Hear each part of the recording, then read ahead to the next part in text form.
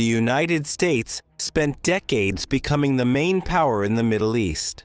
They fought wars, built military bases, imposed sanctions, changed regimes, and guaranteed security to their allies. It seemed that this order would last for a very long time. But one war changed everything. Today, an uncomfortable question is being asked more and more often around the world. Did the United States lose the war against Iran? It sounds paradoxical, because the American army has the largest military budget in the world. Iran suffered huge losses, and part of its military infrastructure was destroyed. However, when the guns fell silent, it turned out that it was Tehran that received the main strategic prize. Iran not only preserved its regime, it gained the most powerful lever of influence over the world economy. Control over the Strait of Hormuz, through which almost 1/5 of the world's oil and gas trade passes. And now, Washington is forced to negotiate the gradual easing of sanctions, which it had spent years building as its main tool of pressure. But that's not even the most important thing. In reality, this war wasn't about Iran. It became the moment when the whole world saw that the American model of dominance no longer works. So the Allies had already started looking for new partners. China got a historic chance to expand its influence. New military and political coalitions are forming in the Middle East, and countries are increasingly preparing for a world where the rules are no longer dictated by a single superpower. Perhaps we have witnessed not just the end of another Middle Eastern war, but the birth of a new world order. Why is this happening? Trump has effectively lost both the war and the negotiations. Why can Iran, despite enormous losses, consider itself a winner? How can a single narrow strait change the global economy? And why could the coming years become the period of greatest geopolitical uncertainty in recent decades? That's exactly what we'll talk about in our video. Friends, we have an ambitious goal to reach 200,000 subscribers on the channel by the end of 2026. You might have been watching us for a long time and not even realize that you haven't subscribed. Subscribe to our channel and tell your relatives and friends about it. Also, give us a like and leave a comment under this video. We thank all our donors, patrons, and sanctioners, and our sponsors on YouTube. Every hryvnia you give brings economic prosperity and well-being closer to Ukraine. Because we don't just make videos, we enlighten voters who will choose real reformers. Help us with this. The support link is in the description. The long shadow of the war with Iran. After the collapse of the Soviet Union, the United States was the main architect of security in the Middle East. The monarchies of the Persian Gulf relied on American guarantees and sanctions. The military presence deterred Iran, and the process of Arab-Israeli normalization gradually expanded. Such an order ensured uninterrupted oil supplies, limited the influence of Tehran and Beijing, and secured Washington's role as the key geopolitical arbiter in the region. By the time the United States and Israel launched an attack on Iran at the end of February 2026, this status quo was already shaky. The hostilities only accelerated the destruction of the order that Washington itself had built over decades. The regime in Tehran was in an unprecedentedly weak position. It faced economic and environmental crises, weakened defense capabilities, internal turmoil, and external pressure after the brutal suppression of protests in January, during which 30,000 of its citizens were killed. However, after 40 days of war and 2 months of fragile ceasefire, the Islamic Republic emerged from this ordeal not unscathed, but encouraged, and with a new tool of deterrence, which proved to be more powerful than any kind of weapon: control over the Strait of Hormuz. At the end of April, U.S. Secretary of State Marco Rubio admitted that the strait had become an economic nuclear weapon for Iran. The world now understands that if Iran attacks, it will block the strait, disrupting energy markets on a global scale. According to the International Energy Agency, in 2025, an average of about 20 million barrels of oil and petroleum products passed through it daily.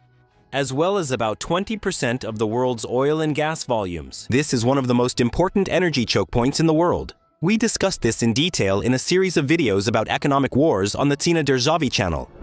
To put it bluntly, President Donald Trump lost both the war and the negotiations about its economy. But if Tehran goes too far, it could lose the peace.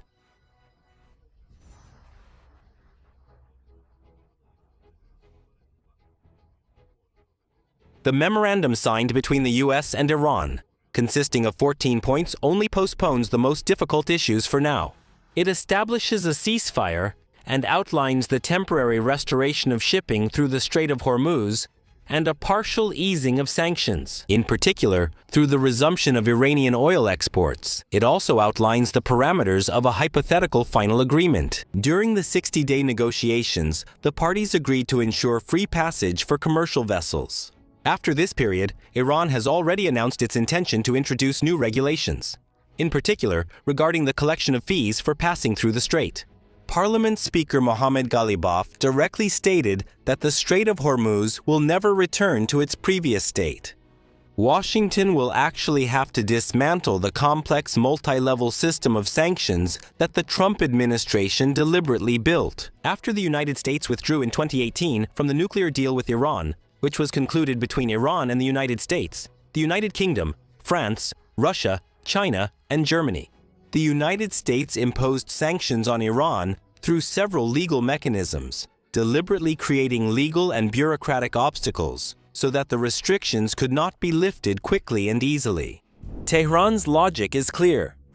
After significant economic losses, it seeks to convert military results into long-term political and economic dividends. However, an attempt to change the rules of navigation in one of the world's most important maritime arteries could have the opposite effect. If Tehran starts charging for passage or otherwise restricts navigation, it will weaken its own main safeguard against a new war, because this will encourage the search for alternative routes, weaken the strategic importance of the strait, and at the same time increase the risk of a new conflict.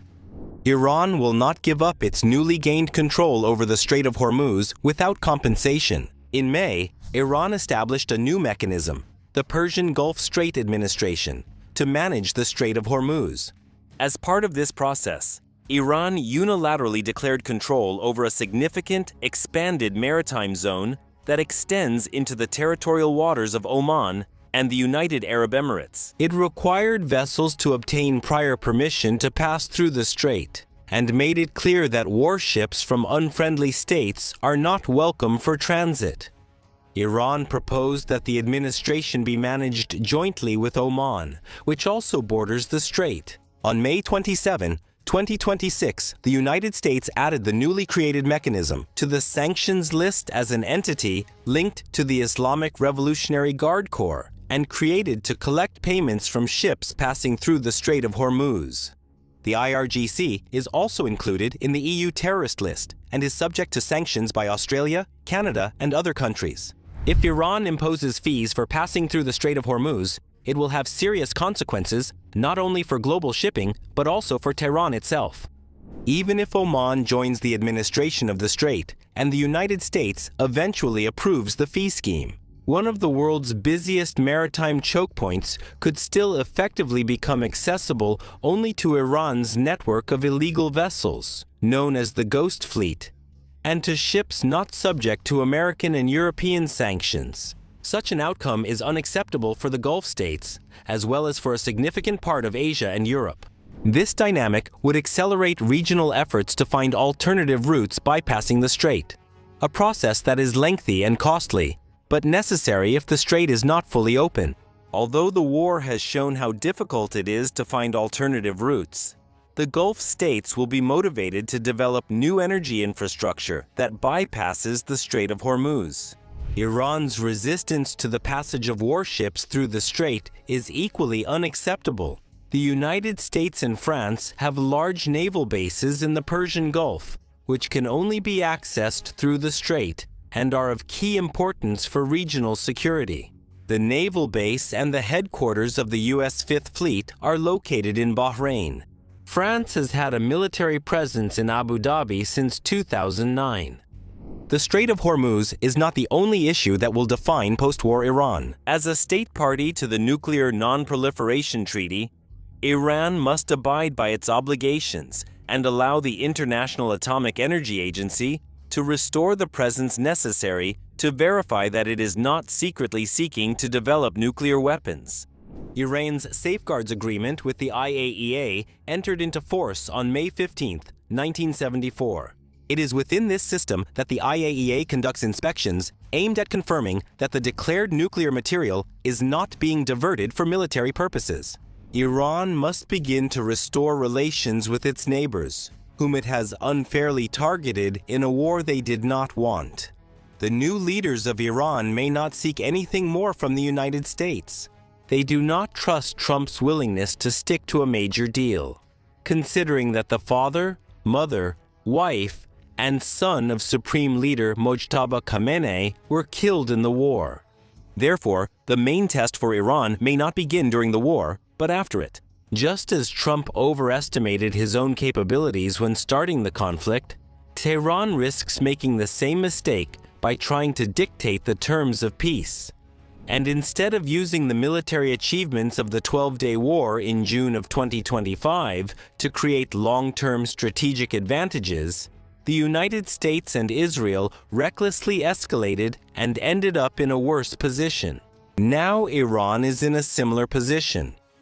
It believes it has won the recent war and will likely feel tempted to press its advantage. But in doing so, it could very easily set itself back. 2. Camps of Middle Eastern states for other Middle Eastern states. The problem of ending the war, not only because the United States failed to achieve a decisive victory over Iran, but also because throughout the conflict, Washington acted inconsistently and unpredictably. This undermined confidence in the ability of the U.S. to continue to serve as the sole guarantor of stability. As trust in Washington weakens, American partners in the region are forming new coalitions that give them more room for independent action. Middle Eastern states are increasingly grouping into two opposing camps. On one side, there is a coalition centered around Israel and the United Arab Emirates. It is closely linked to the United States, and in matters of defense, economy, and energy, it sometimes also includes Greece and India. The roots of this bloc go back to 2020, when Israel normalized relations with the United Arab Emirates, Bahrain, and Morocco as part of the Abraham Accords, which were brokered by the first Trump administration. The main goal of the Accords is to abandon confrontation, move toward peaceful coexistence, and develop mutually beneficial cooperation in the Middle East region. Later, Morocco and Sudan joined them. So Israel and the United Arab Emirates grew closer because they shared the view of Iran as the main threat. But they are also increasingly united by competition with Turkey and Saudi Arabia for influence in the region, and also by the deepening of commercial ties in technology, trade, and investment. On the other hand, the Islamic coalition, whose backbone consists of such Sunni heavyweights as Saudi Arabia, Turkey, Pakistan, and an increasingly active Egypt. These regional middle powers rely on Washington for security matters, but are drawing closer to each other in response to threats they believe come not only from Iran, but also from Israel, given how it is conducting large-scale operations in Gaza and the West Bank. It strikes Syria and Lebanon, and is also increasing its influence in the Horn of Africa. For many countries in the region, this means that Israel is increasingly turning from a local player into an independent force capable of changing the balance of power regardless of its neighbors' positions. The U.S.'s involvement in the war against Iran has further convinced countries on both sides of this divide that their deep dependence on Washington could become a vulnerability, but they need to develop closer regional coordination. The times when a single phone call from Washington carried instructions everyone rushed to carry out are now in the past. Meanwhile, China is taking advantage of this shift, positioning itself for a bigger role in the post-war Middle East. And it is doing so without having to take on the burden of leadership that Washington once carried. The same is being done by middle powers with big ambitions, such as India and Pakistan. A ceasefire does not mean the end of regional division in the Middle East. On the contrary, it is driving a geopolitical realignment along new fault lines.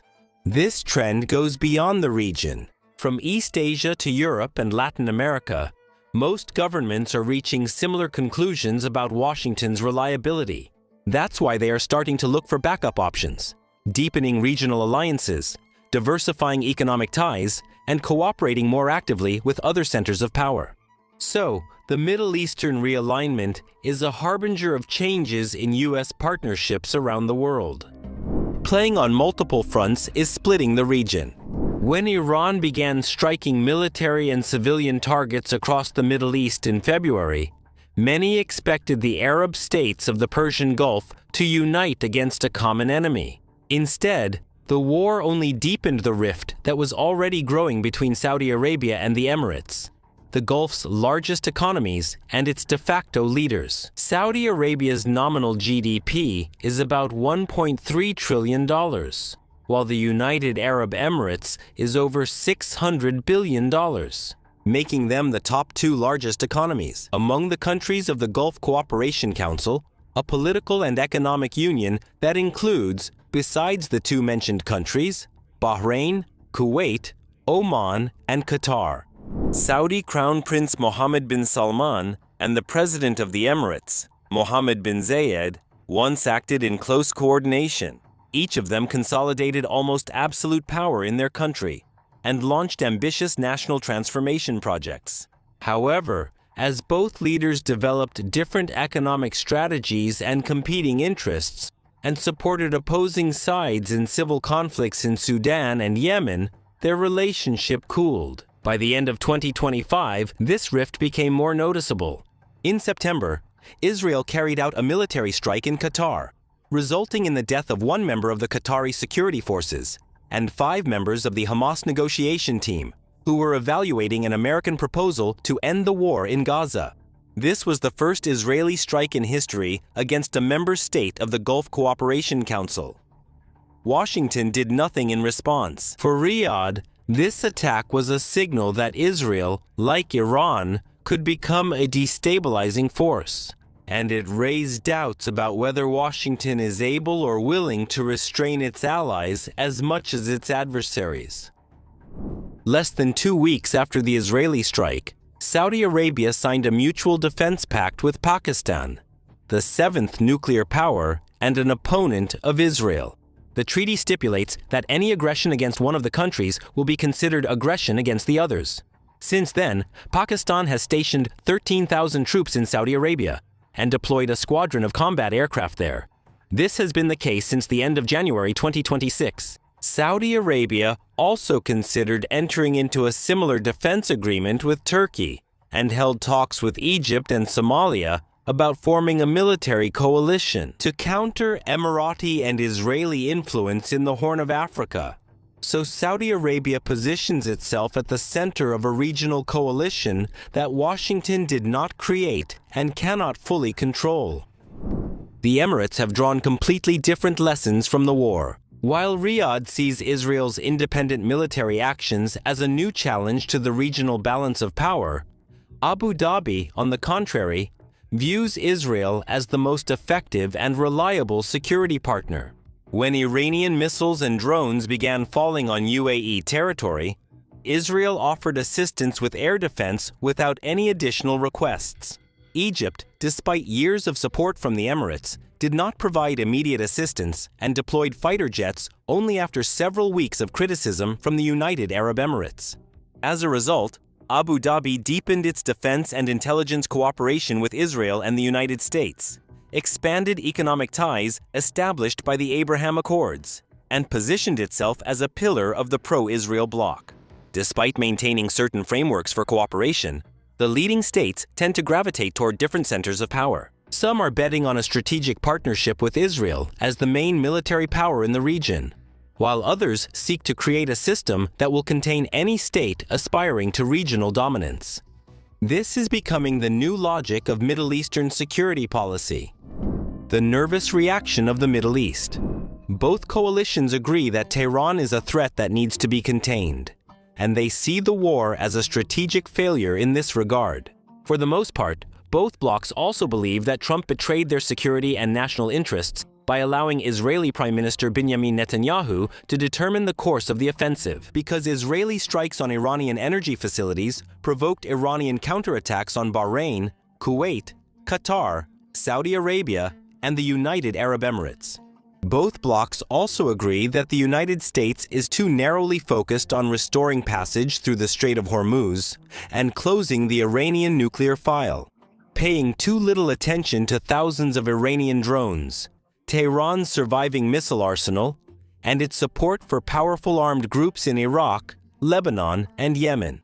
However, the end of the war especially highlights where the two coalitions differ most deeply and how exactly to respond to the Iranian challenge after reaching an agreement. Saudi Arabia and its coalition partners hope to use their combined influence and closer coordination to counterbalance, contain, and possibly reach some understanding with the Islamic Republic. The Abraham Accords coalition, on the other hand, views the Iranian regime as a constant and irreconcilable threat that must be confronted. Instead of joining the Saudi efforts to create leverage over Iran, Abu Dhabi is intensifying its attempts to build up hard power and deepen its defense ties with Israel and the United States. Simply put, the opposing approaches boil down to deterrence on one side and continued confrontation on the other. The coalitions also disagree about the role of Israel in the Middle East. Since the start of the war in Iran on February 28th, Israel has expanded its occupation in Lebanon, the Palestinian territories, and Syria. What awaits Lebanon? One of the main preconditions for the start of the American-Iranian dialogue was precisely the cessation of hostilities between Israel and the Iran-backed group Hezbollah. That is why, on June 19, 2026, with the mediation of the United States, a ceasefire agreement was reached. However, just a few hours after it came into effect, the agreements began to fall apart. The Israeli army reported new attacks by Hezbollah, after which it carried out a series of strikes on targets in southern Lebanon. In turn, Hezbollah stated that it would not allow Israel to operate freely on Lebanese territory, and the Israeli authorities emphasized that they do not consider themselves a party to the US-Iran agreements and will continue military operations for as long as they deem necessary. Due to the new wave of hostilities, negotiations between the US and Iran had to be postponed several times. At first, J.D. Vance even canceled his planned flight to Switzerland, as both sides doubted that the ceasefire would last. Only after additional consultations did the American delegation finally arrive at the negotiation site. The issue of Lebanon is currently one of the central topics. The creation of a mechanism to monitor compliance with the ceasefire is being discussed in order to avoid new disruptions and prevent local clashes from escalating into a large-scale regional conflict. Whether the situation in Lebanon can be stabilized will determine not only the future of the American-Iranian dialogue, but also the security of the Strait of Hormuz, global oil supplies, and overall stability in the Middle East. What awaits Syria?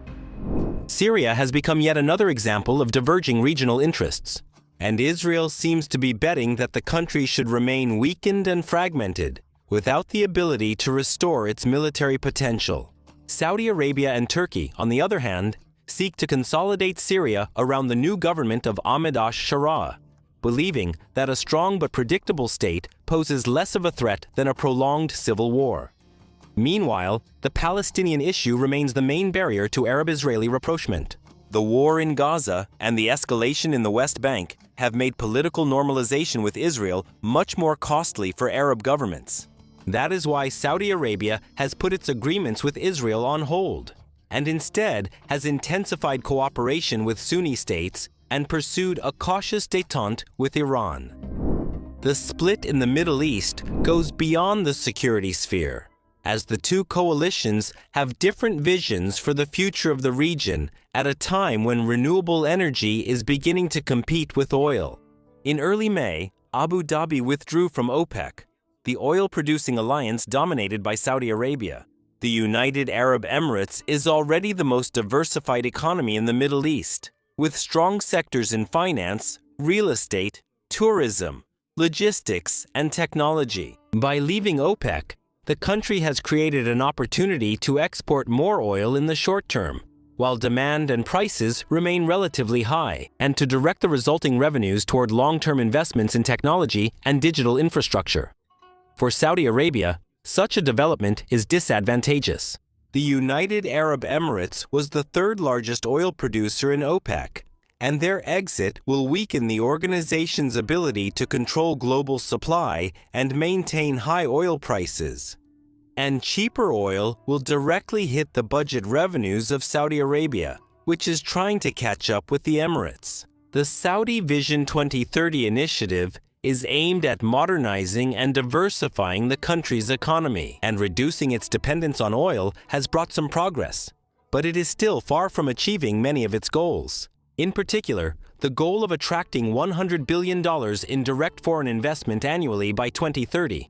In 2025, Riyadh attracted only $35.4 billion in direct foreign investment, while the United Arab Emirates received over $45.5 billion. Abu Dhabi may also scale back, or stop participating in other institutions dominated by Saudi Arabia. In particular, in the Arab League, the Organization of Islamic Cooperation, and even in the Gulf Cooperation Council. This will further erode the institutional architecture that once granted Saudi Arabia leadership in the Arab world. There are already noticeable signs of the gradual fragmentation of the Gulf Cooperation Council along the lines of the formation of two regional blocs. Kuwait and Qatar are showing cautious rapprochement with Saudi Arabia, while Bahrain is increasingly aligning itself with the United Arab Emirates. Oman maintains a separate position, supporting pragmatic coordination with Tehran. As a result, the region's key multilateral mechanisms are increasingly operating on the basis of minimal consensus due to differences in strategic interests. Everything is relative. The broader lesson of this war is that the Middle East are sinking deeper into the so-called G0 world, where no single state is able or willing to uphold the global order. This term was first introduced in the book Every Nation for Itself by American political scientist Ian Bremmer. The United States remains the main security actor in the region. However, the trust of local states in Washington has weakened. Regional countries are now hedging against risks, diversifying partnerships, and seeking greater strategic autonomy. Egypt, Pakistan, Saudi Arabia, and Turkey have also effectively begun to play the role of balancers, while Israel and the United Arab Emirates are deepening their defense and economic ties with the United States and with each other. China is the main geopolitical beneficiary of this shift. For many countries, Beijing appears more predictable, less ideological, and less prone to abrupt political shifts than Washington. China has no enemies in the Middle East and does not show a strong desire to become the guarantor of the region's security. And it doesn't need to take on the burden of replacing the United States to benefit from the changes. In a region wary of shifting American policies, China has already significantly expanded its presence in the Persian Gulf, not only in energy, but also in trade, infrastructure, and technology sectors. In Asia, its dominant positions in battery manufacturing, electric vehicles, and critical minerals that underpin the energy transition make it an indispensable commercial partner for major energy importers, regardless of their security ties with Washington. According to the International Energy Agency, China controls nearly 85% of the world's battery cell manufacturing capacity and holds leading positions in the production of cathode and anode materials, as well as in the processing of many critical minerals. We talked about China's dominance in Pakistan and the Red Sea in the video about why China's investments are harmful, and we also have a video about China's control over battery production, the war between the US and China for the world's resources. Given the likelihood that Iran will remain a threat to its neighbors even after the agreement is finalized, the countries of the Islamic coalition led by Saudi Arabia are looking for ways to manage regional tensions. One of the ideas that, according to some diplomats, Saudi Arabia has proposed is a non-aggression pact between the Gulf Arab states and Iran. It is modeled after the Helsinki Act, which in 1975 became one of the key documents of détente between East and West and helped ease Cold War tensions in Europe. The prospects for such a pact remain unclear. but they seem stronger than Trump's efforts to expand the Abraham Accords. That is, the center of gravity is increasingly shifting from Washington to Beijing. Such a transformation is capable of changing the balance of power far beyond diplomacy, affecting the course of conflicts in Iraq, Lebanon, and Yemen. At the same time, it is unlikely that all states will give up American security guarantees. Most likely, they will continue to rely on the U.S. in the military sphere, while at the same time integrating more actively into the Chinese economic space. Expanding cooperation in Turkey, in trade, logistics, energy, high technology, and digital infrastructure. This approach is increasingly becoming the new norm for the countries of the region. Security from the U.S., economy from China. The beginning of a great confrontation. Most likely, the consequence of this war will be an even more polarized and fragmented Middle East. Regional institutions will become increasingly ineffective. Rival coalitions will finally take shape, and the competition among external states for influence will only intensify. China, as well as India, Pakistan, and other actors, and they will continue to advance in the region, expanding their economic and diplomatic roles, but avoiding the costs of hegemonic leadership. This trend is unlikely to be limited to the Middle East alone. Governments around the world are already acting based on a shared assessment. The United States is no longer reliable, and reducing long-term dependence on Washington has become a strategic priority in foreign policy. Europe is moving toward autonomy through increased defense spending, the emergence of European command structures, and a greater emphasis on purchasing weapons from non-American manufacturers. In 2024 alone, EU countries' defense spending reached a record €343 billion. And in 2025, the European Commission presented a policy document, the White Paper for European Defense, Preparedness by 2030. It provides for joint arms procurement, the development of the European defense industrial complex, and reducing critical dependence on third countries. In the long term, this creates new challenges for operational interoperability within NATO, which for decades has been built around American standards, technologies, and weapons systems. In Asia, Japan has eased its post-war restrictions on arms exports. In December 2021, Japan revised its regulations. Now, defense equipment manufactured in Japan under license from foreign defense firms, including finished products, can now be exported to the licensee country, and from there to third countries. South Korea is exploring the possibility of developing its own nuclear capability. A 2025 Asan Institute survey recorded very high public support for this idea. 76.2% of citizens support acquiring their own nuclear arsenal. Steps that would have been unthinkable just 10 years ago now signal the erosion of extended deterrence guarantees, which have been the foundation of the American alliance system in Asia for over 70 years. In Latin America, countries are increasingly focusing on expanding economic ties not only with the United States, but also with each other and with other global centers of power. A symbol of this trend was the political agreement reached on December 6, 2024 between the EU and the Mercosur countries, Argentina, Brazil, Paraguay, and Uruguay, on concluding a large-scale free trade agreement. In fact, this is about creating one of the largest trading areas in the world, covering more than 700 million consumers. It provides for the gradual elimination of tariffs on most goods, easier access for European companies to the South American market, opening up public procurement, deepening investment cooperation, and reducing barriers to the export of industrial and agricultural products. Europe seeks to strengthen its position in a region that for decades has been considered a sphere of dominant U.S. influence. A new world order is already taking shape. In it, countries are gradually moving away from a model in which the United States was the unquestioned center of economic and political gravity.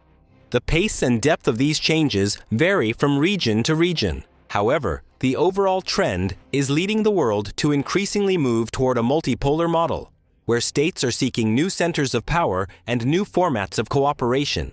In this context, the war around Iran has done much more than just change the balance of power in the Middle East. The conflict has accelerated the geopolitical realignment from the Eastern Mediterranean to the Indian subcontinent. weakening the regional order that had been maintained for decades by the United States. And it has opened new opportunities for other global players, primarily China, Turkey, the Gulf countries, and the European Union. And if the Middle East has become the first region to enter the so-called G0 world, where no single state is able to set the rules of the game alone, it is likely that it will not be the last. Negotiations between the US and Iran still leave a chance for de-escalation.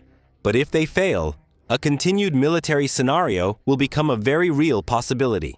And it is largely the outcome of these negotiations that will determine whether the current process of global redistribution of power will take place peacefully or take on a new, much more dangerous form. We carefully read all your comments. Do you think the era of unquestioned US leadership is really coming to an end? Is America still able to regain its role as the sole center of influence? Maybe if it stops the war around Iran and Trump triumphantly receives the Nobel Peace Prize. Share your thoughts below the video. This video was created with the support of the National Endowment for Democracy, NED. NED may not share the views and opinions expressed in the video.